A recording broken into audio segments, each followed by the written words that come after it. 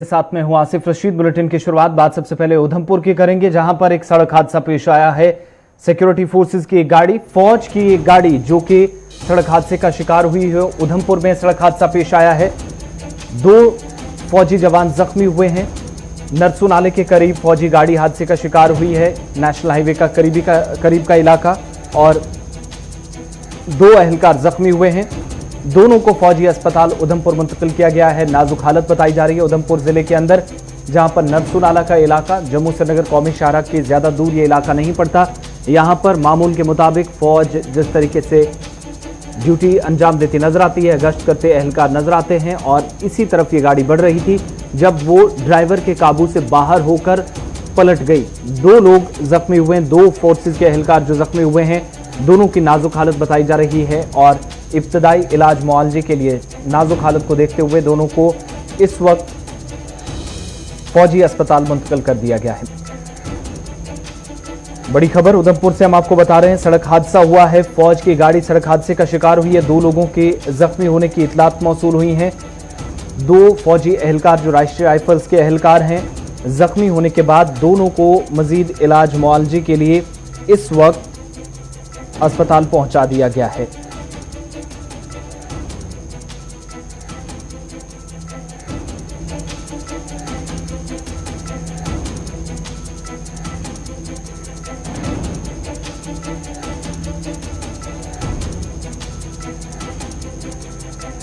जम्मू कश्मीर से बड़ी खबर, सिक्योरिटी फोर्सेस की एक गाड़ी हादसे का शिकार हुई है और फौज की गाड़ी ये पलटने से जहां पर 2 एहलकार जख्मी हुए हैं।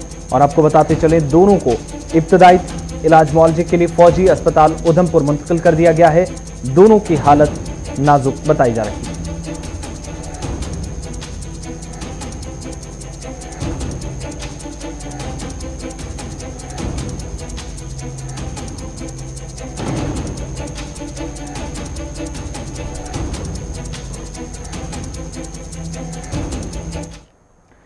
चलिए बढ़ते आगे, बात अकामदी असनाद के हवाले से बड़ी खबर, जहां पर अकामदी असनाद के जो कवायद हैं उनमें एक और तब्दीली देखी जा सकती है। मरकजी वज़ीर ममलिकत डॉक्टर जितेंद्र सिंह, रुकन पार्लियामेंट भी, उनकी तरफ से बयान सामने आया। डोमिसाइल कवायद में होगी तरमीम, जो उनका बयान सामने आया। बहुत जल्द अहकामात सादिर होंगे। डॉक्टर जितेंद्र सिंह के मुताबिक उनने एक ट्वीट कर कहा कि वालिदैन के PRCs या जो बच्चों के जो PRCs आगे बच्चों को अगर उन्हें अकामदी असनाद बनानी होगी तो उन्हें आसानी होगी। इस बीच उनके मुताबिक जो उन्होंने ट्वीट कर जानकारी दी है कि उन्हें चीफ सेक्रेटरी जम्मू कश्मीर सुब्रमण्यम के साथ साथ लेफ्टिनेंट गवर्नर मनोज सिन्हा से भी बातचीत कर रहे हैं, बातचीत चल रही है, और इस डिस्कशन के बाद जो कवायद व ज़वाबित हैं उनमें तब्दीली की जाएगी।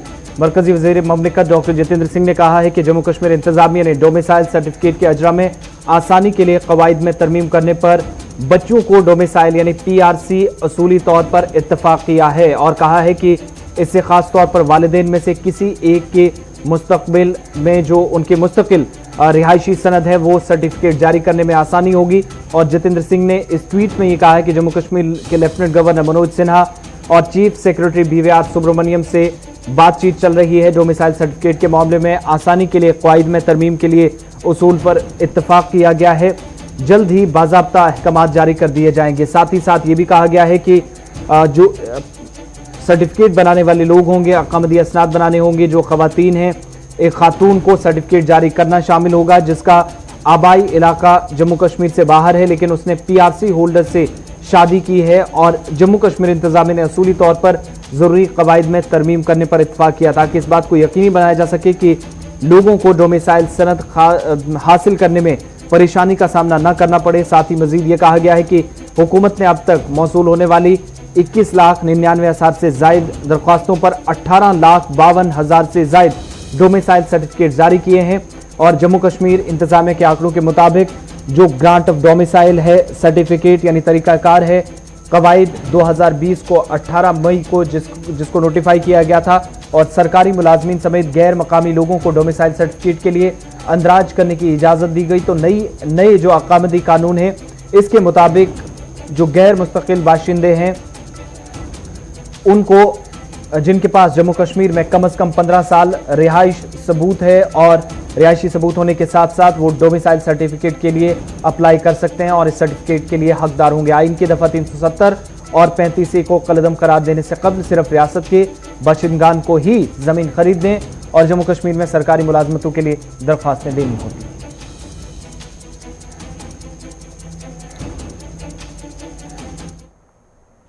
इधर फिजाइया सरबराह air chief marshal RKS Bhadauria ने कहा है कि फ्रंट लाइन ट्रूपर्स जो इस वक्त सरहदी इलाकों में चीन या पाकिस्तान के साथ लगने वाली सरहदों पर हर तरह की सूरत हाल से निपटने के लिए पूरी तरह तैयार हैं।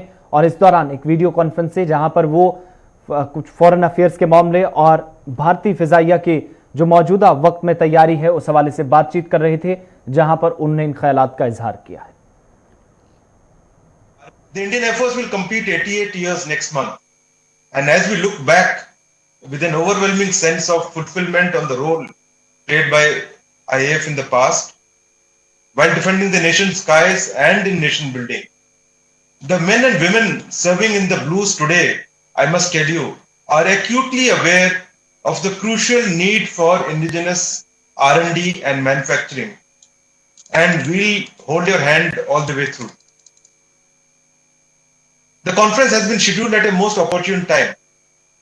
The present security scenario along our northern frontiers is at an uneasy no war, no peace status.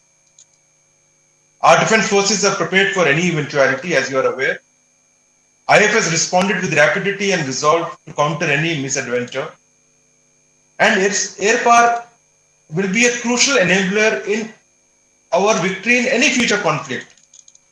It is really critical to any future conflict, and it is therefore imperative that IAF obtains and maintains technological edge over our adversaries. The recent inductions of Rafale, along with C-17s, Chinook, Apaches, and other aircraft fleets, has provided IAF with substantial tactical and strategic capability enhancement. The raising of 2 squadrons of light combat aircraft and the integration of some indigenous weapons on the Su-30 MKI in very reduced timeframes have been the most promising development on the indigenous front in the same time period for our long-term strategy towards self-reliance. So a lot has happened in the recent past. Here I would at the outset like to congratulate DRDO and DPSU on their success in the LCA project and on helicopter fleets like LCH and many sensors, which has led to the recommencement of indigenous manufacturing of fighter aircraft and helicopters and for example in electronics radars, and start to build the complete ecosystem in India. We need to start developing the next upgrade of LCAs now in terms of enhancements, in terms of upgrade, and graduate to the 5th generation like Secretary R&D mentioned. In the design and development of sensors, DRDO has given IAF a number of radars which has already been operationalized. Special mention, I think, is required for Netra AWNC, which has been a path-breaking achievement and a tremendous achievement. It's not easy to develop an airborne radar. And we are confident that the trials on the ISA radar now fitted on the prototype LCA will also be successful, and therefore we would be in another league in terms of radar development for fighters. सुल्तानुल Arefin हज़रत शेख हमजा मखदूम साहब रहमतुल्लाह अलैह की 458वें उर्स मुबारक की तक़रीबात इंतहाई अक़ीदत व एहतराम के साथ मनाई जा रही हैं। इस सिलसिले में सैकड़ों अक़ीदतमंदों ने हज़रत महबूबुल आलम रहमतुल्लाह अलैह के आस्ताने आलिया पर दुरूद व अज़कार की महफ़िलें आरस्ता की। जम्मू कश्मीर में बुलंद पायावरी कामिल क़ुत्ब आफ्ताब हज़रत महबूबुल आलम शेख हमजा मखदूम रहमतुल्लाह अलैह का 458वां सालाना उर्स मुबारक नहायती अक़ीदत व एहतराम के साथ कोविड-19 की वबाई सूरत हाल के बीच शुरू हो गया है, जहां इंतजामिया की जानिब से जारी करदा SOPs पर अमल दरामद किया जा रहा है। वादी में सबसे बड़ी तकरीब उनकी दरगाह वाक़े कोह मारान पर मुनक़िद हो रही है, जहां दुरूद व अज़कार खत्मातुल मुअज़्ज़मात की रूह परवर मजालिस का अहतमाम किया जा रहा है। वादी के अतराफ़ व अकनाफ से सैकड़ों अक़ीदतमंदों ने उर्स में हाज़िरी दी और अब भी ज़ायरीन के पहुँचने का सिलसिला जारी है। आमतौर पर दरगाह पर जहां पर लाखों लोग पहुंचते थे, लेकिन मौजूदा हालात के पेश नज़र लोगों की कम तादाद दरगाह पर नजर आई। हज़रत सुल्तानुल आरिफीन महबूबुल आलम शेख हमजा मखदूम रहमतुल्लाह अलैह के उर्स मुबारक के सिलसिले में अगले 13 रोज़ तक उनके आस्ताने आलिया पर अक़ीदतमंदों का तांता बंधा रहेगा, जहां मर्द-ओ-ज़न, बच्चे और बूढ़े दुरूद व अज़कार और खुसूसी दुआया मजालिस में महवर हैं। उर्स के मौके पर खुसूसी दुआया मजालिस का भी एहतमाम किया जा रहा है, जहां मुल्क में अमन व अमान और खुशहाली के लिए खुसूसी दुआएं मांगी जा रही हैं।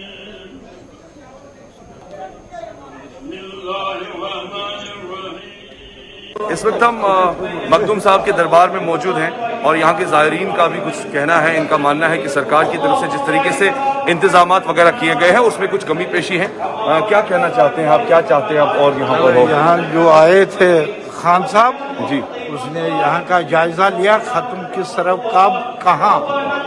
फारूक अहमद खान साहब जी जी। मगर बदकिस्मती हमारी ये है, हमने उसके रिक्वेस्ट किए हैं पुलिस के जी, पुलिस यहाँ होना चाहिए जी, ताकि वो देखेंगे मास्क है जी, सैनिटेशन किया है, तभी अंदर आ जाएंगे, तभी अंदर आ जाएंगे। अंदर जियारत में इतनी जगह नहीं है जी, 100, 200, 5,000 बैठेंगे, इसलिए उसने ये डायरेक्शन दिए है कि 100 आ जाए, 50 आ जाए, वो निकल जाएंगे, सलाम करेंगे, उसके बाद में और आ जाएंगे 50। आज उर्स मुबारक है और कोविड-19 अभी जारी है, तो अल्लाह ताला का शुक्र है कि मौका मिला दोबारा से सर सुजूद होने में।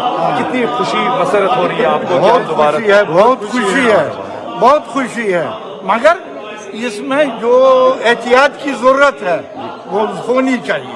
हमने रिक्वेस्ट किया, यहाँ औरतें ज्यादा आती है। आपको लग रहा है कि लोग दूर दूर से हाजिरी देने के लिए आ रहे हैं? हाँ, बहुत आते हैं, बहुत आते हैं, दूर से आ रहे हैं, दिन भर आती है, मगर इसमें सोशल डिस्टेंस का खास ख्याल।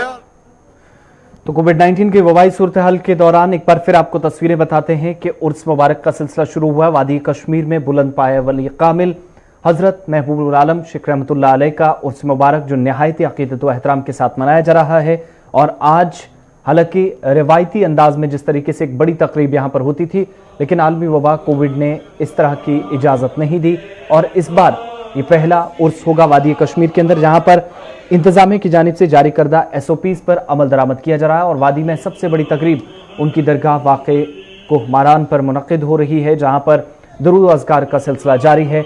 ख़त्मातुल मौज़ूमात की रूह परवर मजालिस का भी अहतमाम किया जा रहा है और वादी के मुख्तलिफ अज़ला से सैकड़ों अक़ीदतमंद यहाँ पहुँच रहे हैं।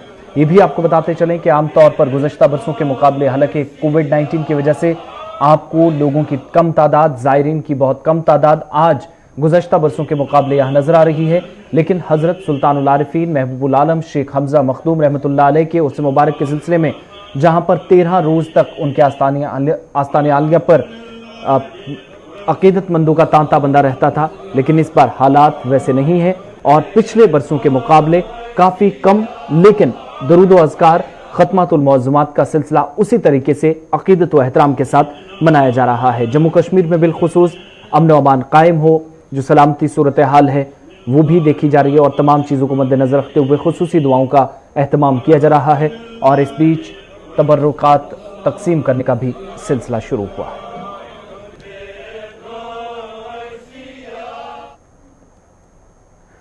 बढ़ते आगे बात कोविड-19 की। मुल्क के अंदर कोविड-19 के केसेस में मुसलसल इजाफा हो रहा है और जम्मू कश्मीर के अंदर भी कोविड का कहर बदस्तूर 4 माह से जारी है। मुल्क में कोविड मुतासरीन की तादाद 61 लाख से तजावुज कर गई है। 24 घंटों में 70,000 से जायद केसेस रिपोर्ट हुए हैं। मुल्क के तमाम रियासतों और मरकजी खित्तों में पिछले 24 घंटों के दौरान 776 अमवात के साथ मरने वालों की तादाद भी इस वक्त 1 लाख तक पहुंच गई है। वहीं जम्मू कश्मीर में अब तक कोविड-19 से मुतासर अफराद की तादाद 73,000 से तजावुज कर गई है।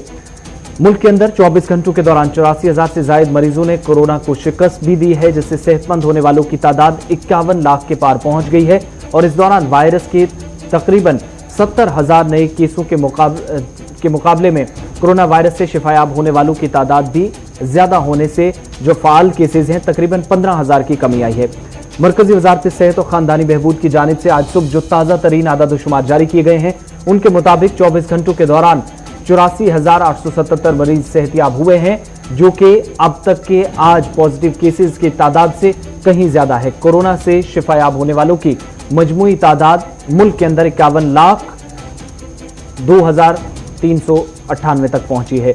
अब तक इस वायरस के जो आज नए केसेस आए, 24 घंटों में 70,589 मामले, जो 24 घंटों के दौरान रिपोर्ट हुए हैं और इस तरीके से मुतासरीन की तादाद 61,45,200 से तजावुज कर गई और इसके मुकाबले में फाल केसेज या एक्टिव केसेज की बात करें तो 1564 की कमी वाक़ई हुई है और अब ये तादाद इस वक्त कुल मिलाकर हमारे सामने 9,47,576 तक पहुंची है।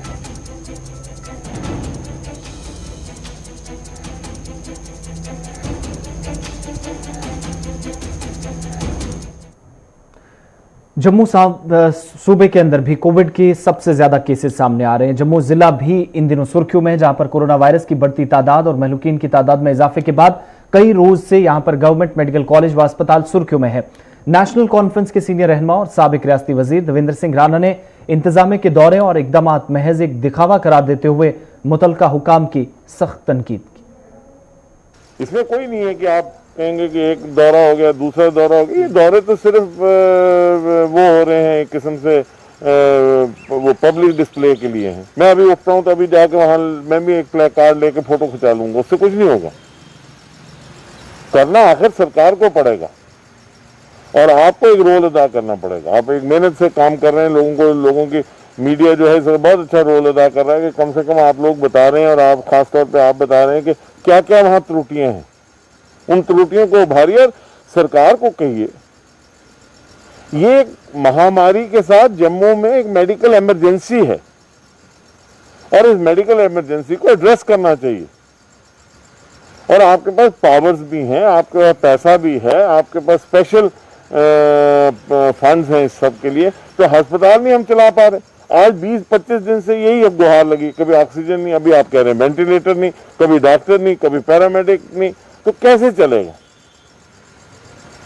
ये बड़ा एक बदहाली का आलम है। मैं आपके माध्यम से सरकार से और केंद्रीय सरकार से भी ये गुजारिश करूंगा, हाथ जोड़ के गुजारिश करूंगा, इमीडिएट एक्शन लें इसको सुधारने का। नहीं तो ये तो जम्मू के लिए एक परेशानी बन गई है। कोरोना के केसेस बढ़ते जा रहे हैं। कुछ लोग ऐसे हैं जो टेस्टिंग भी नहीं करवा रहे, डरे हुए, क्योंकि ना तो क्वारंटीन फैसिलिटीज ठीक है, ना हॉस्पिटल फैसिलिटीज ठीक है। इसमें कोई नहीं है कि आप। इधर कोविड-19 के कहर के बीच इंतजामिया की जानिब से 25 सितंबर से तारीखी मुगल शाहरा को आम ट्रैफिक के लिए भी खोल दिया गया है। अगरचे इंतजामिया के इस फैसले से मुसाफिरों को सूबाई इंतजामिया से इजाजत लेने के बाद ही सफर करने की इजाजत होगी, ताहम ग़िज़ाई अजनास या दीगर ज़रूरी अशिया की सप्लाई आवाम के लिए आसान हो गई है। सुबह इंतजामिया के शाहरा को सरमा से कबल खोलने के इस फैसले पर अवाम ने अज़हार तशक्कुर किया, ताहम इंतजामिया से फैसले पर नजरसानी करने की अपील की गई ताकि वादी या वादी से पीर पंजाल सफर करने वालों को सूबाई इंतजामिया की इजाजत लिए बगैर ही जम्मू या श्रीनगर जा सकेंगे और सूबाई इंतजामिया के दफ्तरों के चक्कर न काटने पड़े। पहले नंबर पर तो सेंट्रल गवर्नमेंट और गवर्नमेंट का बहुत धन्यवाद है कि जो ये मुगल रोड का रास्ता खुला है, इसकी वजह से हमारी पुंछ की आवाम को बहुत बड़ा बेनिफिट है। क्योंकि जो सेब हमारा बाहर जाता था 80 रुपये और 100 रुपये केजी बिकता था, वो आज की डेट में 20 रुपये और 30 रुपये रेट हो गया है।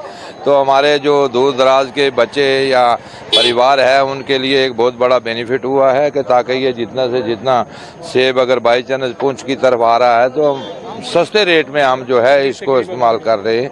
तो इस रोड का बहुत ही बेनिफिट है, खास करके पुंछ के लोगों को। जी सेब यहाँ जो मिल रहा है, हम गवर्नमेंट का बहुत शुक्रिया अदा करते हैं, क्योंकि यहाँ पे पहले जो गाड़ियाँ आती थी वो जम्मू वाले रास्ते आती थी और यहाँ पे 80-90 रुपये किलो सेब मिलता था। अभी मुगल रोड खुलने की वजह से यहाँ 20-25-30 रुपये तक सेब मिलता है और अच्छे से अच्छा मिलता है और आने जाने में लोगों को यहाँ की बहुत सहूलियत है। कभी कोई बीमार हो जाता है, कभी कुछ है, यहाँ आने मुगल रोड की बहुत बड़ी सहूलत है, क्योंकि इस वक्त वहाँ से जो सेब आ रहा है हर गरीब अमीर आदमी सब खा रहे हैं और पहले गरीब लोग जो है यहाँ सेब नहीं खा सकते थे। अब मुगल रोड खुलने की वजह से 20-25 रुपये हर गरीब भी हर अमीर भी सब खा रहे हैं। सब खुश हैं लोग?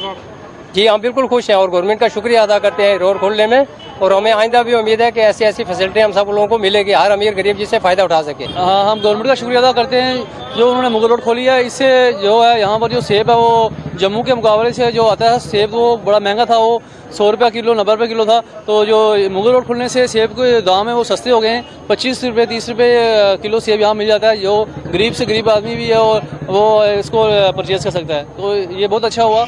मुगल रोड खुली है, इससे हमें बहुत ही फ़ायदा हुआ कि हम सुबह जाते हैं श्रीनगर, शाम को वापस आ जाते हैं, अच्छा से अच्छा सेब लाते हैं और सस्ते से सस्ता लाते हैं। गरीब आदमी सेब खुल के खा सकता है, क्योंकि यही सेब जो दूसरे रास्ते से आता है वो 100 रुपये किलो होता है या 150 रुपये किलो होता है। वही सेब जो ये मुगल रोड से आ रहा है 20 रुपये और 30 रुपये में बिक रहा है। हर गरीब आदमी खा सकता है सेब, क्योंकि अमीर आदमी खाएगा सेब 100 रुपये या 150 रुपये किलो ला। जो गरीब आदमी है वो यही सेब खाएगा जो मुगल रोड से आ रहा है। और फ्रेश सब्जियाँ आ रही हैं, भिंडी आ रही है, टमाटर आ रहा है और वधिया से वधिया सेब आ रहा है, अच्छा सेब आ रहा है जनाब। इधर मुल्क के मुख्तलिफ रियासतों के अंदर ज़री बिल जो कि अब कानून की शक्ल इख्तियार कर चुका है, जिसके खिलाफ किसान सरापा एहतजाज हैं। पंजाब के किसानों की तरफ से भी कवानीन में तब्दील हो चुके ज़री बिलों के खिलाफ जारी एहतजाज में लगातार शिद्दत आ रही है। कई रोज से सुबह भर में जारी रेल रोको तहरीक में भी तोसी कर दी गई है और अब ये तहरीक 2 अक्टूबर तक जारी रहेगी। इसके अलावा किसानों ने ऐलान किया है कि 1 अक्टूबर को मुल्क गिर रेल रोको तहरीक चलाकर सदाए एहतजाज बुलंद किया जाएगा। पंजाब में एक बार फिर गुज़श्ता रोज से किसानों ने अपनी रेल रोको तहरीक की 5वें रोज ऐलान किया कि इस तहरीक में 2 अक्टूबर तक की तोसी की जाती है। मुजाहिरीन 24 सितंबर से किसान मजदूर संघर्ष कमेटी के बैनर तले जालंधर, अमृतसर, मुकेरिया और फिरोजपुर में रेल की पटरियों पर खेमजन हैं। उत्तर प्रदेश, हरियाणा, तेलंगाना, गुजरात, गोवा, उड़ीसा, तमिलनाडु के किसानों के अलावा कांग्रेस और दीगर हिज़्ब इख्तिलाफ की जमातें भी ज़री कवानीन के खिलाफ एहतजाज दर्ज कर रही हैं। वाज़ेह रही कि किसानों और हिज़्ब इख्तिलाफ की शदीद मुखालफत के बावजूद मरकजी हुकूमत ने पहले लोकसभा फिर राज्यसभा के जरिए ज़री बिलों को मंजूर कराया और इसके बाद सदर हिंद की मोहर इस पर लगने के बाद बिलों को कवानीन में तब्दील कर दिया। पंजाब और हरियाणा समेत मुल्क भर के किसानों का ख्याल है कि इस कानून से ज़री पैदावार की खरीद का निज़ाम निजी कंपनियों के हवाले कर दिया जाएगा और MSP का निज़ाम खत्म हो जाएगा। जियो सिम का बाइकाट करो। हाँ, आज हमने जो ये रेलवे ट्रैक पर अब हमारा जो प्रोटेस्ट चल रहा है ये 6वें दिन में दाखिल हो रहा है और आज 6वें दिन में हमें मोदी सरकार के खिलाफ ये काले कपड़े पहनकर जो ये रोष प्रकट किया है कि लगातार वो जो बिल को पास कर रहा है और नाल साथ में ही आज जो हमने यहाँ से देश के जो समूह लोगों को जो कारपोरेट घराने हैं उनके जो प्रोडक्ट्स हैं, उनकी जियो सिम है, उनके भी बाईकाट का जो सदा दिया है, उनको बंद करने का जो आह्वान किया है जहां से, क्योंकि ये कारपोरेट घराने जो देश की जो सत्ता पे काबिज हैं, मोदी और उनके जो साथी हैं उनको ये चला रहे हैं। इसलिए हम यहाँ से ये लोगों को, पूरे देश के लोगों को अपील करना चाहते हैं कि रिलायंस के जितने पंप हैं, जियो की जितनी सिम है और जितने इनके प्रोडक्ट चलते हैं उनका सभी का पूर्ण तौर पर बाईकाट करके तो जो छोटे लघु उद्योग हैं हमारे देश में चलते हैं देसी, उनको बढ़ावा दिया जाए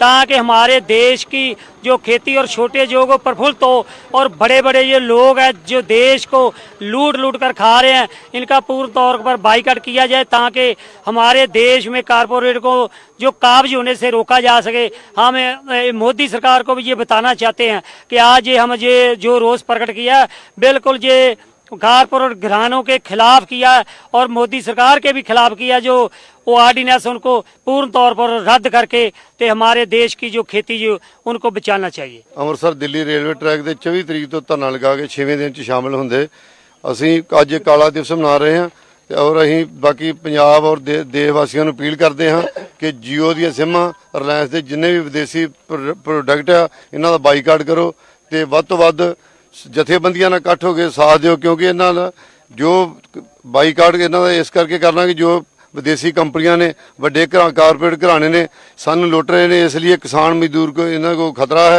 इसलिए अं सभी को अपील करते हैं कि पंजाब और सारे देशवासी जियो सिम का तो विदेशी जो भी प्रोडक्ट है रिलायंस के पेट्रोल पंप आ इन्होंने सारे का बाईकाट किया जाए। ये जो आज का प्रोटेस्ट का मेन रूप है जो देशी विदेशी कारपोरेट घराने हैं उनका बाईकाट करने के लिए, और जो आज का दिन है पंजाब के इतिहास में, हिंदुस्तान के किसानों और मजदूरों के इतिहास में उसको काले दिवस के रूप में हम मना रहे हैं और काले कपड़े पा के, और जो सरकार नीतियां लेकर आ रही हैं उनका हम विरोध करते हैं और हिंदुस्तान के लोगों को और जो सारे किसान भाई हैं, मजदूर भाई, उनको अपील करनी चाहते हैं आपके माध्यम से। चलिए, आज वर्ल्ड हार्ट डे है। अमराज़ क़ल्ब का आलमी दिन मनाया जा रहा है और इस सिलसिले में मुख्तलिफ हिस्सों के अंदर, चाहे वो हिंदुस्तान की बात हो या मुल्क से बाहर, इस वक्त तकरीब का भी अहतमाम किया जा रहा है। दुनिया भर में अमराज़ क़ल्ब का दिन आज मनाया जा रहा है। 29 सितंबर को हर बरस के दिन मनाया जाता है और आज के दिन के मौके पर यह भी आपको बताएं कि वादी कश्मीर के अंदर 30% दिल के मरीज आज भी मौजूद हैं। सिगरेट, जहनी दबाव, ब्लड प्रेशर और कोलेस्ट्रोल, ये सभी वजूहात हैं जिसकी वजह से इस बीमारी में इजाफा देखा गया। अमराज़ क़ल्ब का आलमी दिन है और आज कई प्रोग्राम भी मुनक्किद हो रहे हैं। दुनिया भर में अमराज़ क़ल्ब का आलमी दिन आज 29 सितंबर को मनाया जाता है और इस दिन को मनाने का मकसद लोगों में दिल की बीमारियों से मुतल्लिक आगाही और उनसे बचाव के लिए शऊर पैदा करना है। दुनिया में लाखों अफराद हर साल दिल की बीमारियों की वजह से मौत के मुंह में चले जाते हैं और ऐसी सूरत हाल वादी कश्मीर के अंदर भी है। कश्मीर में नौजवानों से लेकर बुजुर्ग भी इस वजह से यहाँ फौत हो रहे हैं और 100 में से 30% लोग इस बीमारी में मुब्तला हो रहे हैं, जिनमें 5% लोग लुक़मा अजल बन जाते हैं।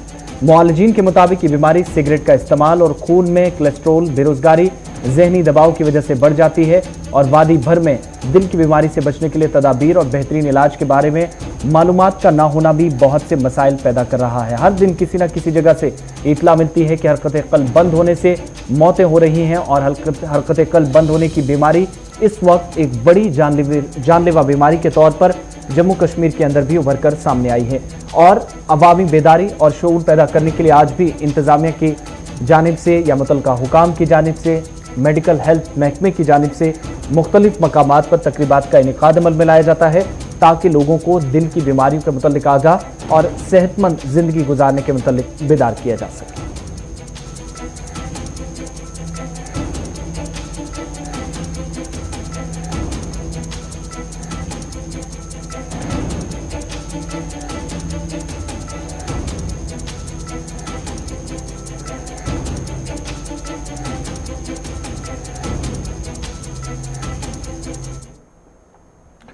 शुमाली कश्मीर के जिला बारामूला के सोपुर सेर गांव की सड़क इंतहाई खस्ता हाली की शिकार हुई है, जिसके नतीजे में मकामी आबादी को कई तरह की मुश्किलात का सामना है।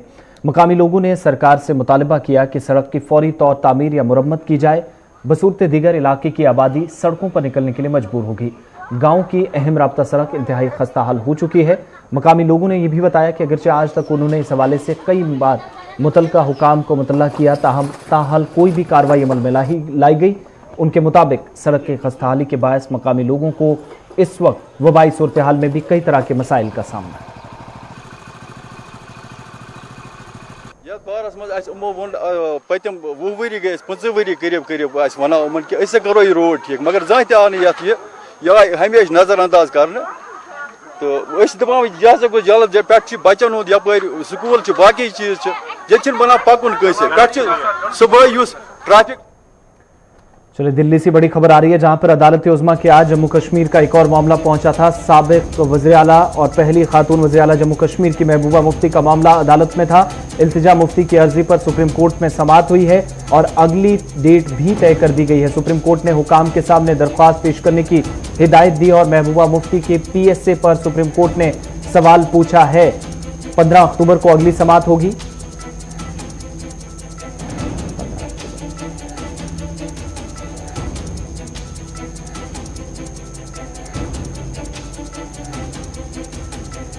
महबूबा मुफ्ती के PSA पर सुप्रीम कोर्ट ने जहां पर सवाल पूछा है हुकाम से और सुप्रीम कोर्ट से, जहां पर आज पहली बार ये समाअत हो रही थी। इल्तिजा मुफ्ती जो कि बेटी है महबूबा मुफ्ती, उनकी दरख्वास्त पर आज समाअत हो रही थी और 15 अक्टूबर अगली समाअत के लिए तारीख मुकर्रर की गई है। बड़ी खबर हम आपको बता रहे हैं दिल्ली से कि अदालत उज़्मा में महबूबा मुफ्ती को जो PSA के तहत 1 साल से जायद अरसा बीत चुका है, जब वो अभी भी नज़रबंद है और इल्तिजा मुफ्ती की तरफ से अदालत उज़्मा में दरख्वास्त दायर की गई थी जिस पर 15 अक्टूबर को अगली समाअत होगी। लेकिन महबूबा मुफ्ती के PSA पर सुप्रीम कोर्ट ने हुकाम से सवाल पूछा है, इंतजामिया से जवाब भी मांगा है और जब 15 तारीख को दोबारा इस मामले पर समाअत होगी तो इल्तिजा मुफ्ती की अर्जी पर दोबारा जब अगली समाअत होगी तो आपको ये भी बताते चलें कि सुप्रीम कोर्ट ने हुकाम के सामने दरख्वास्त पेश करने की हिदायत दी है। चलिए, खबरों के इस बुलेटिन में फिलहाल इतना ही। गुलिस्तान न्यूज़ पर खबरों, तज्जियों और तबसरों का सिलसिला लगातार जारी है। आसिफ रशीद को इजाजत दीजिए।